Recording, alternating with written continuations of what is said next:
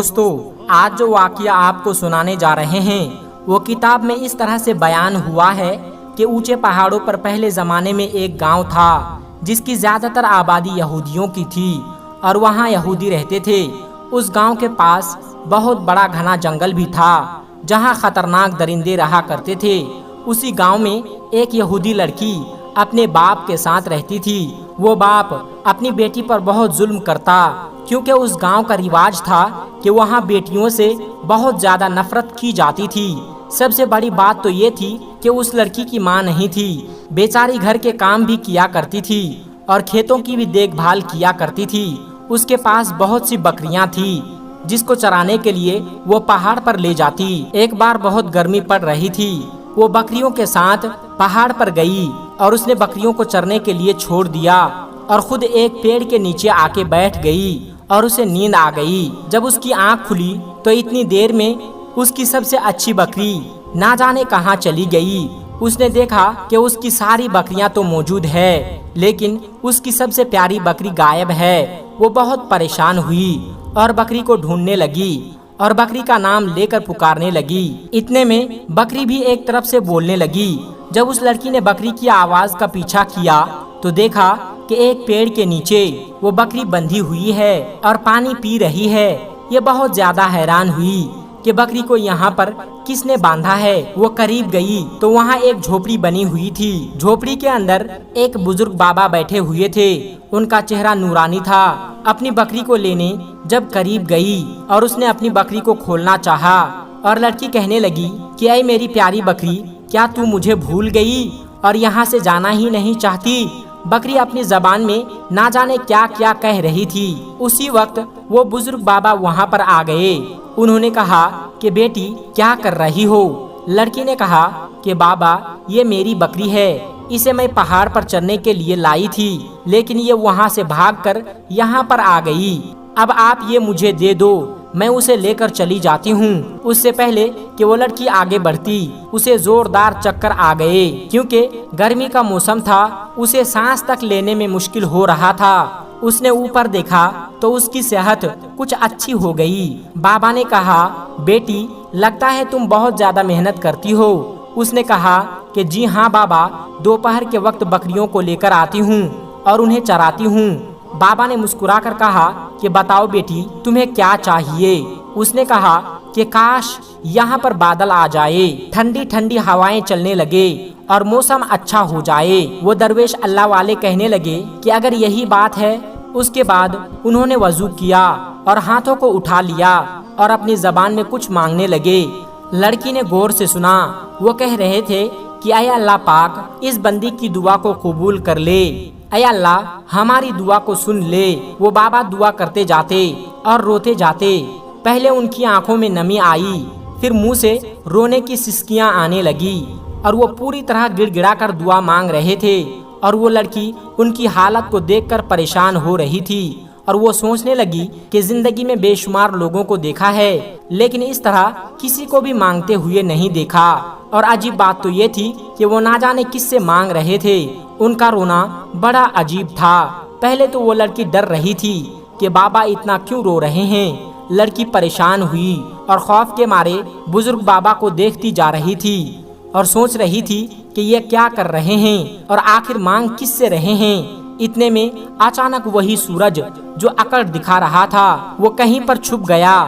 ہوائیں جو بہت گرم تھی وہ ہوائیں ٹھنڈی ہو گئی، ایسا لگ رہا تھا کہ کہیں برف گر رہا ہو۔ جنگل میں ہوا بڑھتی جا رہی تھی اور بہت سکون ہو گیا۔ بادل کا ایک ٹکڑا کہیں سے آ گیا اور لڑکی اور بزرگ بابا کے سر پر کھڑا ہو گیا۔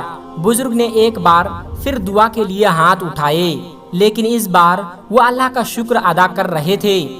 دعا اور شکر ادا کرنے کے بعد وہ اٹھے اور اس لڑکی کی طرف منہ کر کے بیٹھ گئے۔ ان کی سفید داڑھی آنسوؤں سے تر تھی۔ انہوں نے ہاتھ میں موجود رومال سے داڑھی کو صاف کیا اور بولے دیکھ لو میرا رب اپنے کسی بندے کی بات نہیں ٹالتا۔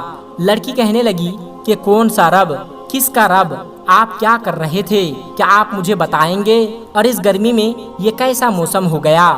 آپ کس رب کی بات کر رہے ہیں؟ اللہ والے کہنے لگے کہ میں اسی رب کی بات کر رہا ہوں جو رب واحد ہے اس کے سوا کوئی رب نہیں، وہ ایک ہے، اس کے سوا ہم کسی کی عبادت نہیں کرتے۔ اور جو تم نے مجھے دیکھا، میں اٹھا پھر بیٹھا، وہ نماز پڑھنے کا انداز تھا، یہ میں عبادت کر رہا تھا۔ میں نے 2 رکعت نفل نماز ادا کی اور اس کے بعد میں نے دعا کے لیے ہاتھ اٹھائے، میں اس سے مانگ رہا تھا، اور دیکھو اس نے میری دعا کس طرح سے سن لیا۔ تو وہ لڑکی کہنے لگی کہ یہ تو عجیب ماجرا ہے، میں نے دیکھا ہے، آپ مجھے بتائیں کہ آپ اپنے رب کو کیسے مناتے ہیں، وہ کیسے آپ کی دعا سنتا ہے۔ اللہ والے مسکرائے اور کہنے لگے یہ بات میں نے اپنی ماں سے سیکھی ہے۔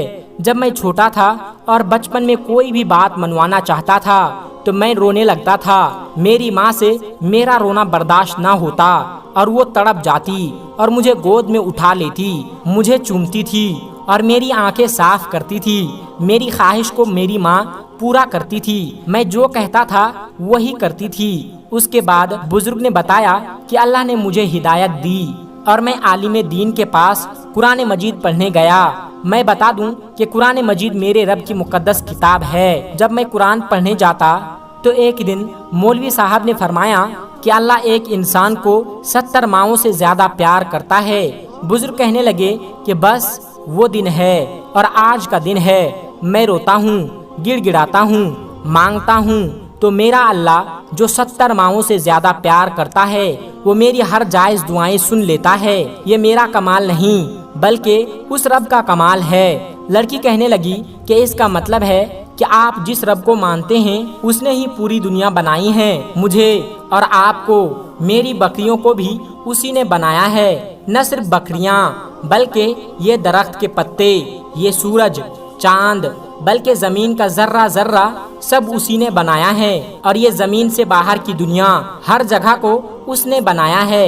بزرگ نے کہا کہ بیٹی کہاں جاؤ گی؟ ہر جگہ اسی نے بنایا ہے۔ لڑکی کہنے لگی کہ بابا کیا آپ مجھے کلمہ پڑھا سکتے ہیں، وہی کلمہ جسے پڑھ کر لوگ مسلمان ہوتے ہیں۔ بابا نے کہا کہ آؤ مل کر وضو کرو۔ بابا نے اس کو پورا طریقہ بتا دیا، پھر اس نے بابا کے پاس آ کر کلمہ پڑھا اور مسلمان ہو گئی۔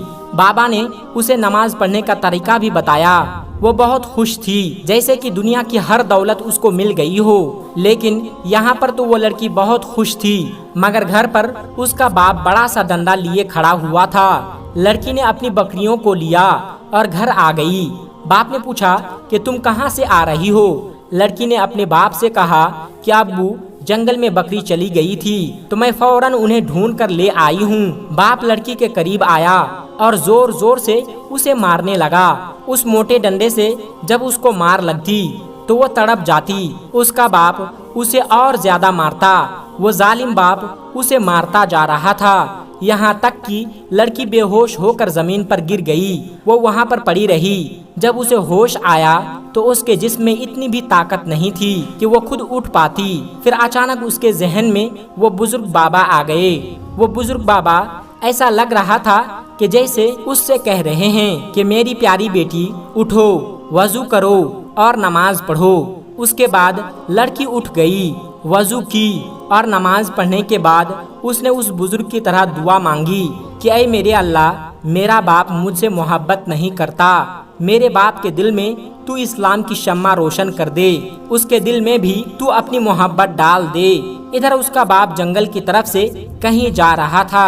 جب وہ جنگل میں پہنچا تو اچانک وہاں پر ایک خونخوار چیتا آ گیا۔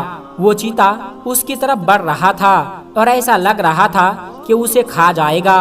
اس سے پہلے کہ وہ وہاں سے بھاگتا، اس چیتے نے اس پر حملہ کر دیا اور وہ آدمی زخمی ہو گیا۔ اسے مارنے کا حکم نہیں تھا۔ اسی وقت وہ اللہ والے بزرگ وہاں پر آ گئے۔ انہوں نے چیتے سے کہا کہ بس ہو گیا، مل گئی اسے سزا، اب تم چلے جاؤ۔ وہ چیتا وہاں سے چلا جاتا ہے اور وہ آدمی بیٹھے ہوئے اس بزرگ بابا کو دیکھ رہا تھا۔ وہ آدمی کہنے لگا کہ تم کون ہو، یہاں پر کیا کر رہے ہو، اور تمہارے کہنے پر یہ چیتا کیسے چلا گیا؟ انہوں نے کہا تو بچ گیا، تجھے پتا نہیں کس کی وجہ سے، تیری بیٹی کی وجہ سے، جسے تو ابھی مار کر آ رہا ہے۔ تو جانتا ہے تیری بیٹی مسلمان ہو چکی ہے۔ اس نے کہا کیا بکواس کر رہے ہو؟ بزرگ بابا نے کہا کہ بکواس نہیں کر رہا ہوں۔